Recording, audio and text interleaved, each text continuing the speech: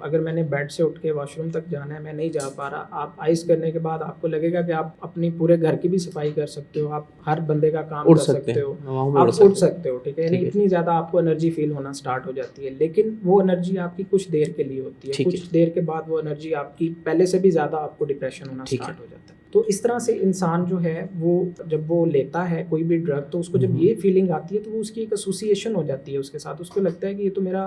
میری ساری زندگی کی جو پریشانی تھی وہ ختم ہو گئی ہے یہ چیز لینے سے. اور اگر کسی کو انگزائٹی ہے, کسی کو نیند نہیں آ رہی ہے اور اس نے کوئی ایسی چیز کنزیوم کر لی ہے جس سے اس کو اب نیند 8 گھنٹے کی بجائے 10 گھنٹے آ رہی ہے,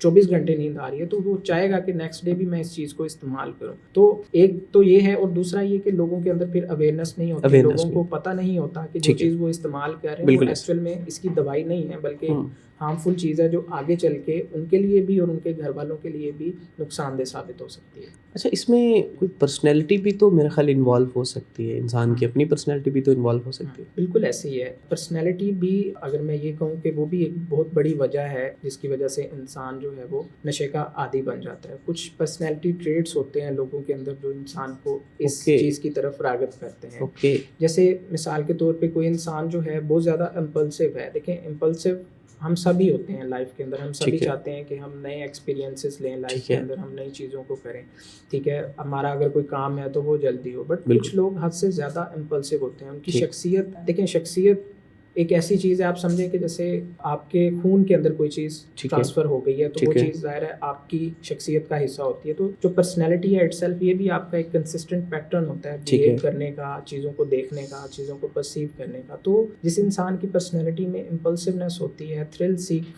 کرنا اس کو پسند ہوتا ہے کہ میں کچھ نیا کروں, جس کام میں خطرہ نہیں ہوگا, مجھے مزہ نہیں آئے گا. آج کل ہوتا ہے نا کہ جو ہمارے ٹین ایجرز ہیں یا 12 سال 15 سال یہ جو ایج رینج ہے, اس میں بچوں کو ہوتا ہے کہ ہم نے کچھ ایسا کرنا ہے جو ڈیرنگ ہو, جو خطرناک ہو, ٹھیک ہے. تو اگر جیسے میں نے پہلے بات کی کہ پیئر پریشر اس چیز کو لیڈ کرتا ہے, تو اگر ان کا سوشل سرکل ایسا ہے جہاں پر بیٹھ کے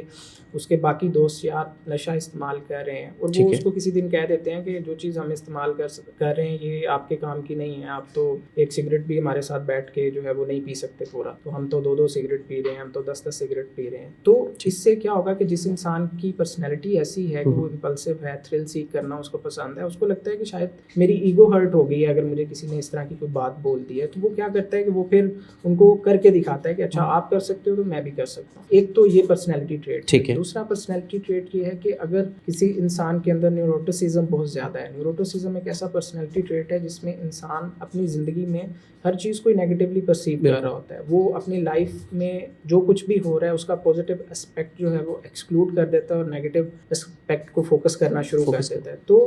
اس طرح کا جو انسان ہے اس کی زندگی میں ویسے اسٹریس بہت زیادہ ہوتا ہے, وہ ہر چیز کی ٹینشن لے رہا ہے, ہر چیز کوئی نیگیٹو پرسیو کر رہا ہے, تو وہ انسان بھی نشے کی طرف چلا جاتا ہے سم ٹائم. ٹھیک ہے. اچھا, اس میں یہ پوچھنا چاہوں گا آپ سے کہ یہ تو پرسنالٹی ہوگی جو اپنے ریلیٹڈ ہے, جو آپ نے بہت ہی اچھے سے ایکسپلین کیا. اچھا, سم ٹائم ایسا بھی ہوتا ہے ڈپریشن میں جب انسان محبت میں دھوکہ کھا لیتے ہیں, عام طور پر آج کل جو نوجوان نسل میں یہی ٹرینڈ چل رہا ہے کہ وہ محبت میں دھوکہ کھاتے ہیں, ناکامی ہوتی ہے یا پھر کوئی بہت بڑا لاس ہوتا ہے, بزنس میں لاس ہوتا ہے, تو وہ بھی نشے کا رخ کرتے ہیں. بالکل ایسے ہی ہے. بہت سارے پیشنٹس میرے پاس بھی اسی پرابلم کے ساتھ آتے ہیں کہ ہمیں فلانی نے چھوڑ دیا تھا تو ہم نشے کی طرف چلے گئے تھے, ٹھیک ہے, ہم نے اس طرح سے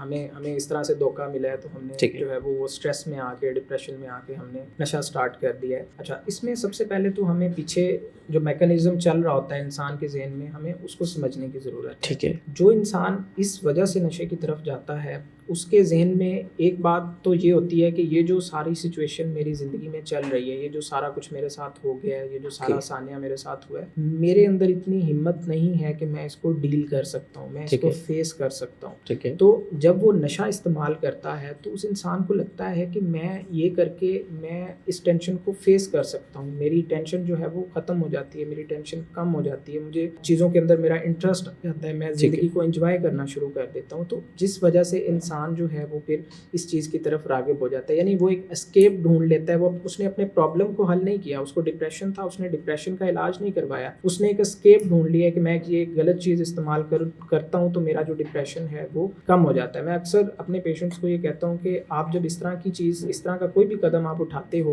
تو یہ ایسے ہی ہے جیسے آپ ایک کمرے کے اندر رہ رہے ہیں, ٹھیک ہے, اور وہاں پر بہت زیادہ گند ہو گیا ہے, ٹھیک ہے, اور اس کمرے کے اندر ایک کارپیٹ ہے. اگر اب آپ نے کمرہ صاف کرنا ہے, ٹھیک ہے, آپ کا مسئلہ ہے کہ آپ کے کمرے کے اندر گند ہے اور آپ نے اس کو صاف کرنا ہے, لیکن آپ کمرہ صاف کرنے کے بجائے آپ سارا گند کارپیٹ کے نیچے ڈال کے آپ کہتے ہو کہ ہم نے کمرہ صاف کر لیا, ٹھیک ہے, لیکن ایکچوئل میں آپ نے کمرہ صاف نہیں کیا. جس دن کارپیٹ اٹھے گا آپ کا گند ڈبل ہو چکا ہوگا. تو لائف جو یہ انسان لائف میں اس طرح کا کوئی قدم اٹھاتا ہے تو اس کو یہ نہیں پتا ہوتا کہ میرا ڈپریشن جو ہے جب میں نشے سے باہر آؤں گا تو میرا ڈپریشن ڈبل ہو چکا ہوگا اگر میں نے اس کو ٹائم پہ حل نہیں کیا تو. اچھا, اس میں آپ نے ذکر کیا کہ ایک شخص, جب وہ کمرے کا آپ نے ذکر کیا تو فوراً ایک سوال میرے ذہن میں کلک کیا کہ اکثر جو آپ دیکھتے ہیں کہ اسٹوڈنٹ ہاسٹلز میں رہتے ہیں,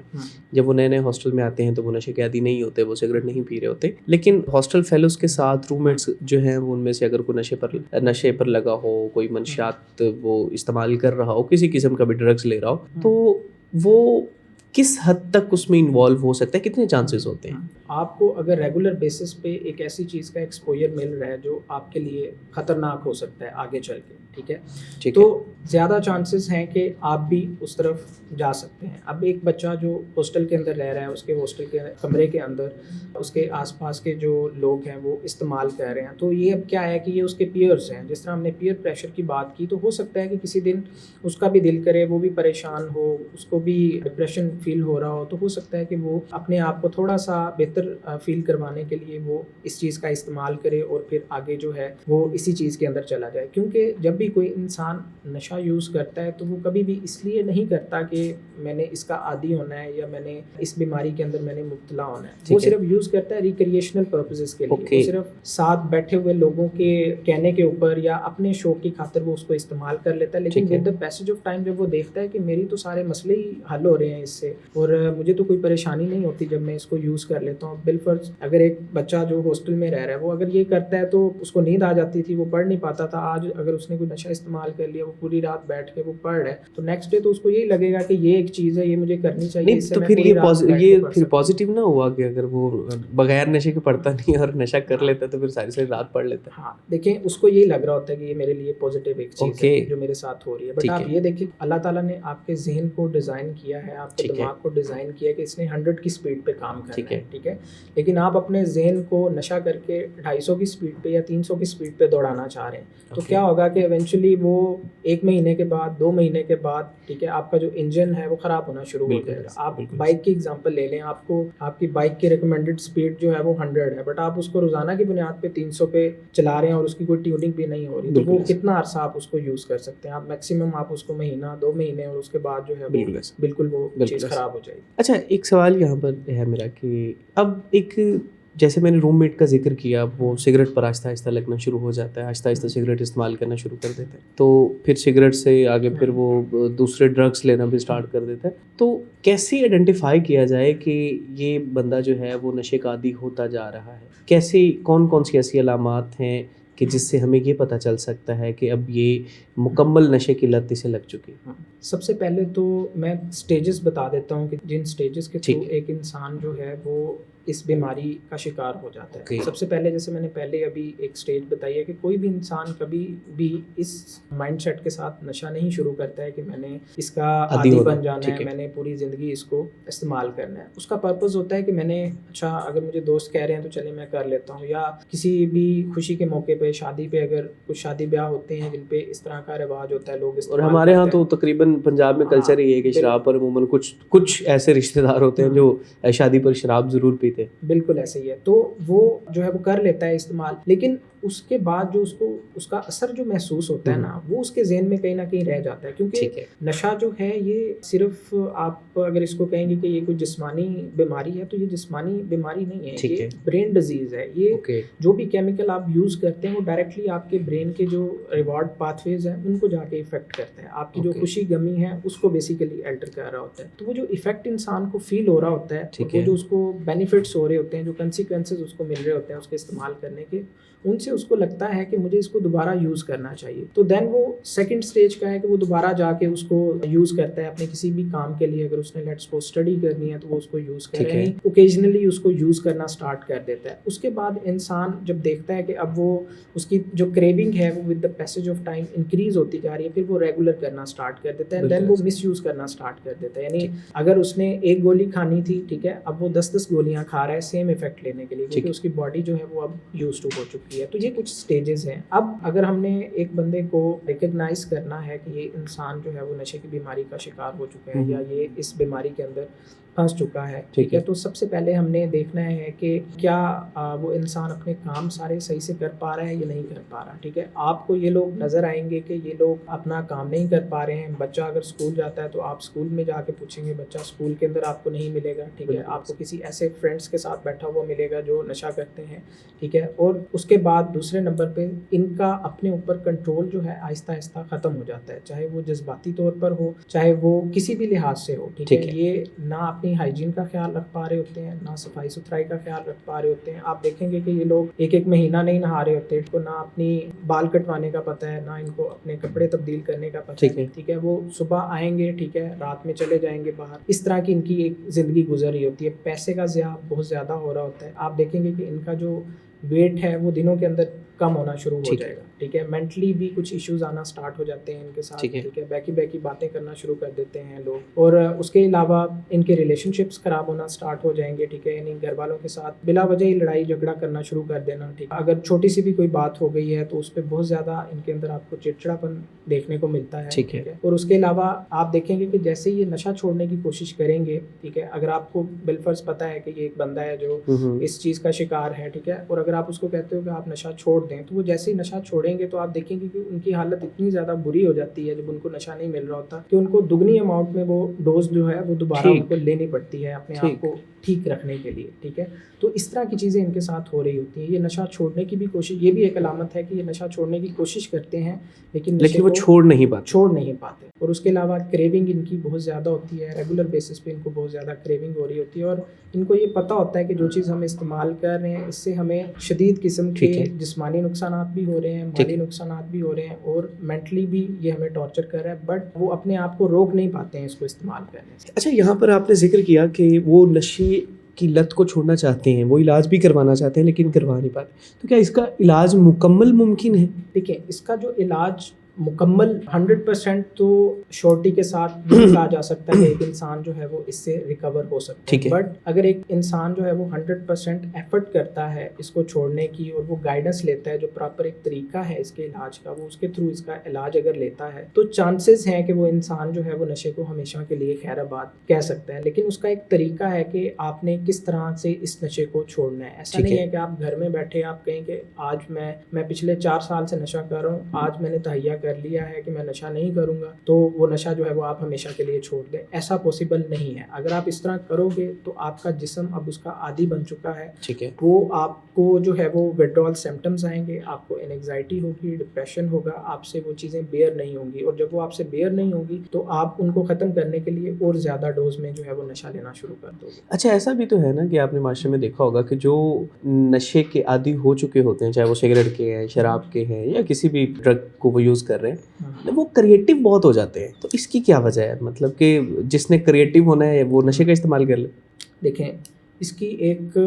جو وجہ ہے وہ یہ ہے کہ وہ کریٹیو, آپ دیکھیں گے کہ وہ کریٹیو اس سینس میں ہوتے ہیں کہ ان کو پتہ ہوتا ہے کہ میں نے اپنا نشہ کہاں سے لینا ہے, کہاں پہ بیٹھ کے کرنا ہے, نشے کو چھپانا کیسے ہے, ٹھیک ہے, پیسے کہاں سے اکٹھے کرنے ہیں, وہ اس سینس میں کریٹیو ہوتے ہیں. جیسے میں نے پہلے بھی کہا کہ یہ برین ڈیزیز ہے. نشہ اس انسان کے ذہن پہ اتنا گہرا اثر چھوڑتا ہے کہ اس کے ذہن کے اندر جو مین پارٹس ہیں جنہوں نے انسان کی سوچ سمجھ کو کنٹرول کرنا ہوتا ہے, جس نے انسان کی پلاننگ کو کنٹرول کرنا ہوتا ہے, وہ سارا ہی نشہ اس کو ڈسٹرائے کر دیتا ہے. اب مثال کے طور پہ ایک ہمارے برین کا ایک پارٹ ہے پری فرنٹل کارٹیکس. ٹھیک ہے, آپ کہہ لیں کہ آسان الفاظ میں اس کو عقل کا کھانا کہا جاتا ہے, اور ہم انسان اسی وجہ سے اشرف المخلوقات بھی کہلائے جاتے ہیں کہ ہمارے اندر یہ ایک پارٹ رکھا ہوا ہے اللہ تعالیٰ نے, ٹھیک ہے, جو جس سے ہم پلاننگ کرتے ہیں, اچھے برے میں ہم فرق کر پاتے ہیں. تو سب سے پہلے جو نشہ ہے وہ اسی پارٹ کو جا کے ہٹ کرتا ہے. وہ انسان کے اندر اچھے برے کی تمیز کو ختم کر دیتا ہے، انسان کے اندر احساس ختم ہو جاتا ہے، ٹھیک ہے. انسان کے بچے رو رہے ہیں، اس کو کوئی فرق نہیں پڑ رہا، ان کی ضروریات پوری نہیں ہو رہی، انسان کو کوئی فرق نہیں پڑ رہا اس چیز سے. انسان جو ہے وہ ماں باپ کو مارنے پہ جو ہے وہ راضی ہو جاتا ہے، اس کو اس چیز سے بھی کوئی فرق نہیں پڑ رہا ہوتا. تو یہ ساری چیزیں اسی لیے ہو رہی ہوتی ہیں کہ اس کا جو پری فرنٹل کارٹیکس ہے وہ ڈیمیج ہو چکا ہے، اس کو سمجھ نہیں آ رہی کہ میں اچھا میرے لیے کیا ہے اور میرے لیے برا کیا ہے، ٹھیک ہے. لیکن پری فرنٹل کارٹیکس اس کا صرف اتنا باقی رہ جاتا ہے کہ وہ انسان یہ سوچ سمجھ سکتا ہے کہ میں نے نشہ لانا کہاں سے ہے، کرنا کہاں پر بیٹھ کے ہے، کتنی اماؤنٹ میں نے کرنا ہے، اور نیکسٹ جو میں نے اپنا ارینج کرنا ہے وہ میں نے کہاں سے کرنا ہے. تو اس کی ساری جو پلاننگ ہے، آپ دیکھیں گے کہ یہ لوگ چوریوں کے اندر ملوث ہوتے ہیں، یہ لوگ کرائمز کے اندر ملوث ہوتے ہیں. تو وہ کہاں سے پلاننگ آتی ہے؟ وہ صرف یہاں سے پلاننگ آتی ہے کہ بس یہ جو پری فرنٹل کارٹیکس ہے یہ اتنا ہی کام کر رہا ہوتا ہے، اس کے علاوہ اس کی کوئی ورکنگ نہیں ہوتی ہے. اچھا، گھر والوں کا اس میں کیا کردار ہونا چاہیے اگر ایک شخص جو ہے وہ نشے کا عادی ہو چکا ہے، وہ علاج بھی کروانا چاہ رہا ہے تو، یا پھر وہ نہیں بھی کروانا چاہ رہا ہے؟ بعض اوقات ایسا ہوتا ہے کہ لوگ نہیں کرواتے، ڈرتے ہیں علاج سے. تو گھر والوں کا یا دوستوں کا یا جاننے والوں کا اس میں کیا کردار ہونا چاہیے؟ دیکھیں، سب سے پہلے تو یہ ایک ڈیزیز، میں نے جیسے آپ کو کہا ہے کہ ایک ڈیزیز ہے، ٹھیک ہے، برین ڈیزیز ہے، بیہیویئرل ڈیزیز ہے، اس کے ساتھ ساتھ یہ ایک فیملی ڈیزیز بھی ہے، ٹھیک ہے. صرف اس میں ہم اگر یہ کہیں کہ انسان بیمار ہوتا ہے تو ایسا نہیں ہے. اس میں آپ سمجھیں کہ 50% گھر والے بھی اس کے ساتھ بیمار ہوتے ہیں، بالکل، ٹھیک ہے. بعض دفعہ آپ دیکھیں گے کہ گھر کے اندر ہی ایک ایسا انسان ہوتا ہے جو اس کو فیسیلیٹیٹ کر رہا ہوتا ہے. اب میرے پاس کچھ ایسے کیسز بھی آتے ہیں کہ جس میں وہ ماں باپ بتاتے ہیں کہ 2 سال تو ہم نے اس کو گھر بیٹھ کے نشہ کروایا، یعنی کہ وہ انسان اتنا زیادہ مینیپولیٹ کر رہا ہوتا ہے فیملی کو، اور فیملی بھی ہو رہی ہوتی ہے. فیملی کو یہ لگتا ہے کہ اگر ہم نے اپنے بچے کو ایک دن بھی نشہ لا کے نہیں دیا تو اس کی موت واقع ہو سکتی ہے، جس وجہ سے وہ اس کی جو یہ والی ضرورت ہے اس کو وہ پورا کر رہے ہوتے ہیں، جس طرح سے بھی وہ کر رہے ہوتے ہیں، ٹھیک ہے. تو بعض دفعہ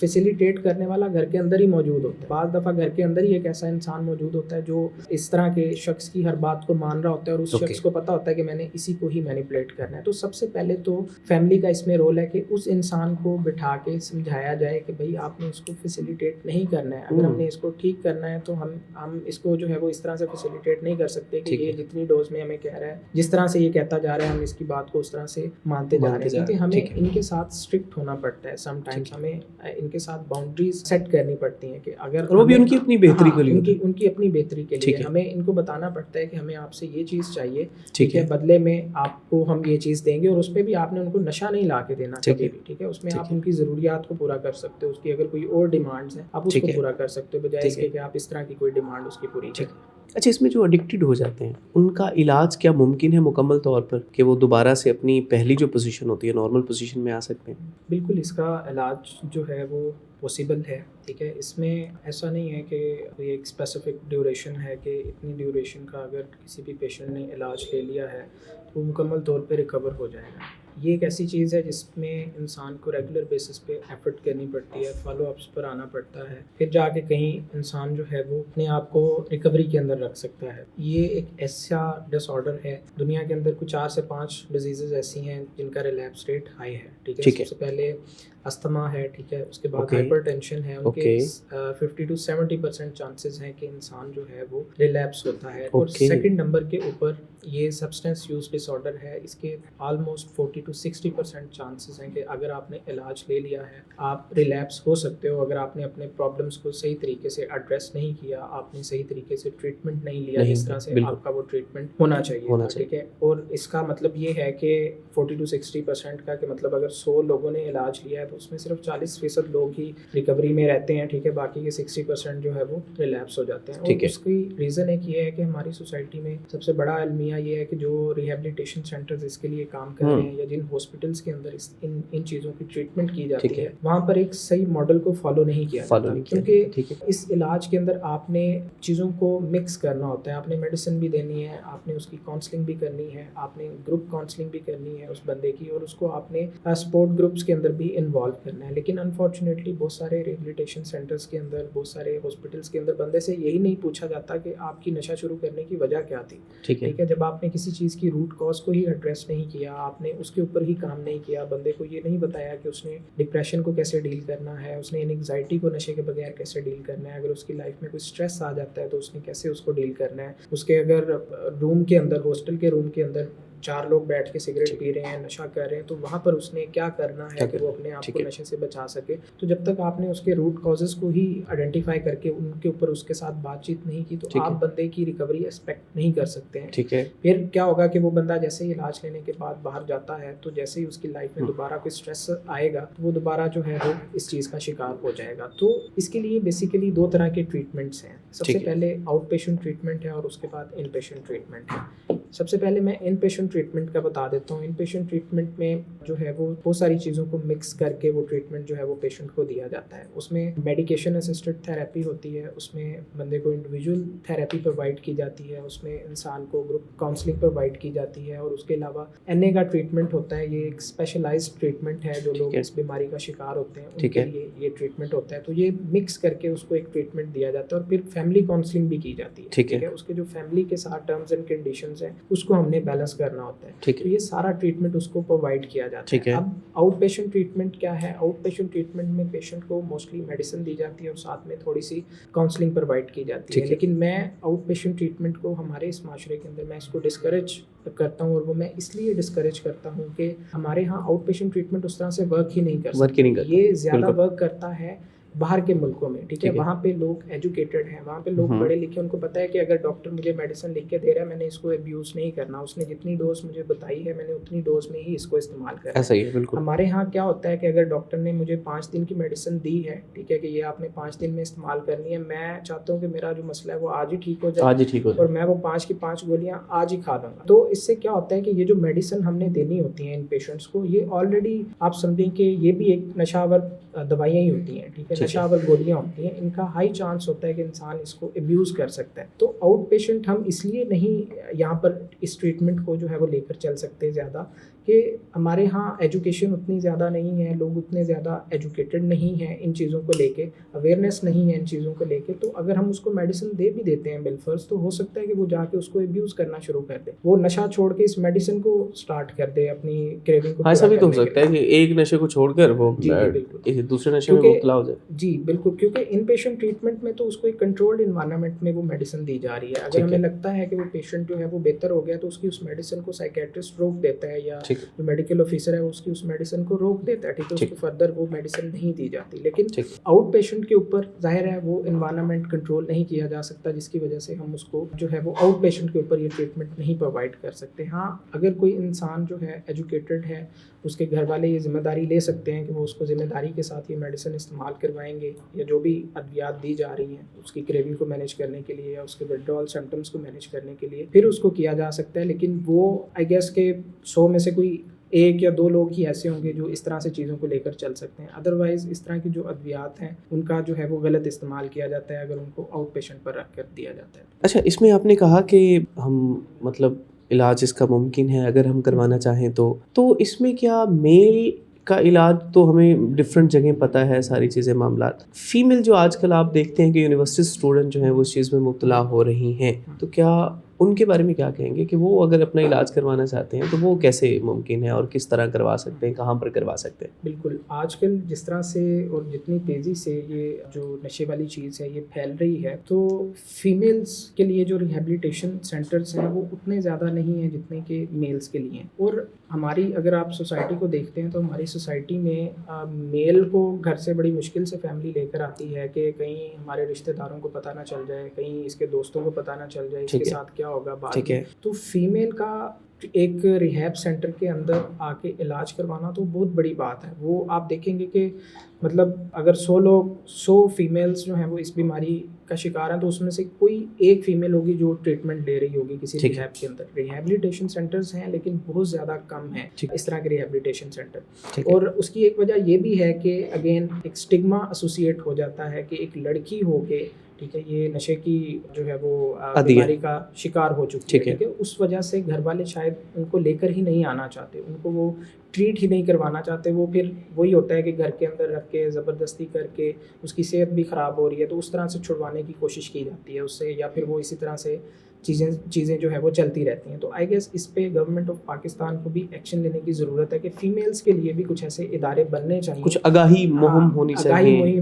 کچھ ایسے لیکچرز دینے چاہیے. بالکل ایسی ہے, تاکہ ان کو پتہ ہو کہ اگر گھر کے اندر کوئی ایسا انسان ہے, ٹھیک ہے, وہ جینڈر کی وجہ سے ہم اس کو نہیں ایڈمٹ کروا سکتے, تو ان کو پتہ ہونا چاہیے کہ ہم نے کس طرح سے اگلا ایکشن ہمارا کیا ہونا چاہیے, ہم نے اس کا علاج جو ہے وہ کس طرح سے کروانا ہے. اور آئی گیس اس چیز کو نارملائز کرنے کی ضرورت ہے. ہمارے معاشرے میں یہ چیز اتنی زیادہ نارمل ہے نہیں. اس چیز کو ایسے دیکھا جاتا ہے جیسے کسی انسان نے کوئی بہت بڑی خطا کر دی ہے, بہت بڑا گناہ کر دیا ہے, ٹھیک ہے, یہ اس کے کریکٹر کا ہم ایک فالٹ بنا دیتے ہیں. حالانکہ یہ اس کے کریکٹر کا فالٹ نہیں ہے. آپ ان لوگوں کے ساتھ ایکچوئل میں جا کے زندگی میں بات کریں گے, جب یہ لوگ تھوڑے بہتر ہو جاتے ہیں, تو آپ کو نظر آئے گا کہ یہ لوگ بہت زیادہ ٹیلنٹڈ ہوتے ہیں, یہ لوگ, ان لوگوں کے اندر بہت زیادہ اسکلز ہوتے ہیں, لیکن جس چیز کے اندر یہ کوئی نہ کوئی محرومی ان کے اندر بیٹھ جاتی ہے, کوئی نہ کوئی کمی رہ جاتی ہے, جس کی وجہ سے ایک چیز ہوتی ہے جس کی وجہ سے یہ ڈیگریڈ ہو جاتے ہیں پورے معاشرے. اچھا, میں آپ سے یہ پوچھنا چاہوں گا کہ کیا نشہ کسی بھی انسان, میل یا فیمیل, کی سیکشول ہیلتھ کو بھی افیکٹ کرتا ہے؟ اس میں ایک بڑا امپورٹنٹ اسپیکٹ یہ ہے کہ میں نے اپنے ایکسپیرینس کے اندر یہ میں نے دیکھا ہے, جب میں پیشنٹس کے ساتھ بات چیت کرتا ہوں اور ان کی میں ہسٹری لیتا ہوں کہ آپ نے نشہ کیوں شروع کیا. بہت سارے جو مرد حضرات ہیں وہ بتاتے ہیں کہ ہم اس لیے نشہ کرتے رہے ہیں بیکاز ہمیں جو ہے وہ ٹائمنگ کا ایشو تھا, یا ہمیں کچھ اس طرح کے ایشوز ہم فیس کر رہے ہوتے تھے جس کی وجہ سے ہمیں نشہ لینا پڑتا تھا, ٹھیک ہے, ہمارا جو پارٹنر ہے ہم اس کو سیٹسفائی نہیں کر پاتے تھے, جس کی وجہ سے ہمیں نشہ لینا پڑتا تھا. کیونکہ پلز بھی تو ایک طرح کا نشہ ہے. ہاں بالکل, وہ پلز جو ہیں وہ بینزوڈائزپین, یہ آج کل بہت زیادہ عام ہے, لوگ اس کو یوز کرتے ہیں, خاص طور پہ جو جن علاقوں میں اس چیز کی اویئرنیس نہیں ہے, وہاں پہ یہ پلز استعمال کی جاتی ہیں, اور ان کو لگ رہا ہوتا ہے کہ یہ شاید کوئی ایسی میڈیسن ہے جس سے کی جو مردانہ طاقت ہے وہ بہت زیادہ جو ہے وہ ایکٹیو ہو جاتی ہے, اور وہ زیادہ سروائیو کر سکیں گے آن دا بیڈ, ٹھیک ہے. لیکن ان کو یہ پتہ نہیں ہوتا کہ یہ چیز آہستہ آہستہ ان کو اندر سے ڈیمیج کرتی ہے. اس سے کیا ہوتا ہے کہ سیکشول ڈسفنکشنلٹی آتی ہے انسان کے اندر. جب آپ کو وہ نشہ نہیں ملے گا, آپ نے ایک دفعہ کر کے تو وہ چیز کر لی, ٹھیک ہے, یہ وہی بات ہے کہ آپ نے 100 کی سپیڈ پہ ایک چیز ڈیزائن کی گئی ہے, آپ نے اس کو 300 کی سپیڈ پہ چلانے کی کوشش کر دیتے ہیں, ٹھیک ہے. تو کیا ہوتا ہے کہ اس کے بعد آہستہ آہستہ آپ کی جو سیکشول ہیلتھ ہے وہ بھی ڈاؤن ہو جاتی ہے, ٹھیک ہے. آپ جو ہے وہ اس طرح سے آپ کو فیلنگز ہی نہیں آتی ہیں, ٹھیک ہے, اکثر پٹاخے ہاتھوں میں چل جاتے ہیں, آپ کو فیلنگز ہی نہیں آ رہی ہوتی ہیں اس طرح کی, ٹھیک ہے. اچھا, مجھے ایک چیز بتائیے گا کہ چونکہ ہم معاشرے کو دیکھتے ہیں, آپ ایک کنسلٹنٹ بھی ہیں, آپ پھر پڑھا بھی رہے ہیں, آپ ڈفرینٹ, آپ اسٹوڈنٹ لائف سے بھی گزرے, سب سے اچھی سگریٹ کون سی ہے جس کا نشہ بہت اچھا ہو؟ سب سے بہت اچھا, فرینکلی بتانا ہے آپ نے. اسٹوڈنٹ لائف میں ٹرائی تو کبھی کیا ہوگا نا؟ نہیں, کبھی میں نے اس چیز کو ٹرائی تو نہیں کیا, لیکن ای سگریٹ کے بارے میں بہت سنا ہے کہ آج کل جو ای سگریٹس آئے ہوئے ہیں, ٹھیک ہے, وہ ہم آپ سے یہی پوچھنا چاہ رہے تھے کہ آپ اس طرف آتے ہیں یا نہیں. وہ بہت زیادہ جو ہے وہ اچھا ہوتا ہے. اس کے علاوہ ویپ آج کل بہت زیادہ عام ہے. اچھا, ویپ کا آپ نے ذکر کیا, ہماری نوجوان نسل جو ہے وہ اس چیز کی طرف بہت راغب ہے, ویپ کی طرف, اور اس کو آپ فیشن کے طور پر کہہ لیں کہ یوز کرتے ہیں, یا جہاں بھی دوستوں میں بھی بیٹھے ہیں تو وہ چاہے ساتھ والا اس سے کوئی تھوڑا الرجک فیل بھی ہو رہا ہو تو ڈزنٹ میٹر, وہ اپنا کام جاری رکھتے ہیں. تو اس کے بارے میں آپ کیا کہنا چاہیں گے کہ یہ بھی نشہ ہے, نشے میں شامل ہے, یا اس کو ویسے ہی آپ کہیں گے؟ ہم نے سب سے پہلے یہ دیکھنا ہے کہ کوئی بھی چیز ہے, ہم اگر اس کو یوز کر رہے ہیں, صرف ویپ نہیں ہے, اور بھی بہت ساری چیزیں ہیں آج کل مارکیٹ کے اندر, ہم نے یہ دیکھنا ہے کہ اس کے اندر جو کیمیکل ڈالا ہوا ہے وہ کیمیکل کیا ہے, ٹھیک ہے. اب ویپ کے اندر جو کیمیکل ہے وہ نکوٹین ہے, یہ وہی کیمیکل ہے جو آپ کو پان میں بھی مل جاتا ہے, جو آپ کو سگریٹ میں بھی ملتا ہے, تو اس طرح کی ہر چیز میں, نسوار کے اندر ہے, ٹھیک ہے, اس کو ٹبیکو بھی کہتے ہیں, ٹھیک ہے. تو اس کو آلریڈی ڈکلیئر کیا جا چکا ہے کہ اگر آپ 1 سال سے زیادہ آپ کو ہو گیا ہے کسی بھی ایسی چیز کو استعمال کرتے ہوئے جس کے اندر نکوٹین ہے, ٹبیکو ہے, تو آپ سبسٹینس یوز ڈس آرڈر کے شکار ہو چکے ہیں, ٹھیک ہے. تو اگر آپ کو 1 سال سے زیادہ ہو گیا ہے اور آپ جو ہے وہ اچھی خاصی ڈوز اس کی لے رہے ہیں, آپ کو کریونگ ہوتی ہے اس کی, ٹھیک ہے, آپ جب اس کو چھوڑنے کی کوشش کرتے ہو, آپ اس کے بغیر رہ نہیں پاتے ہو, ٹھیک ہے, تو آپ سمجھیں کہ یہ آپ سبسٹینس یوز ڈس آرڈر کا شکار ہو چکے ہیں, ٹھیک ہے. اور جو لوگ یہ بچے استعمال کرتے ہیں, آپ جب ان کا بیٹھ کے ان سے پوچھیں گے کہ اگر آپ کو 1 دن میں ویپ نہ دوں یا 2 دن میں ویپ نہ دوں, تو وہ کہیں گے کہ ہمیں بے چینی ہوتی ہے, ہمیں غصہ آتا ہے, ٹھیک ہے, ہمارا دل نہیں لگتا, تو اس وجہ سے پھر ہم کرتے ہیں, تو ہم ریلیکس ہو جاتے ہیں. تو ایکچوئل میں یہی تو ایڈکشن ہے کہ آپ کا اس چیز کے بغیر دل نہیں لگ رہا,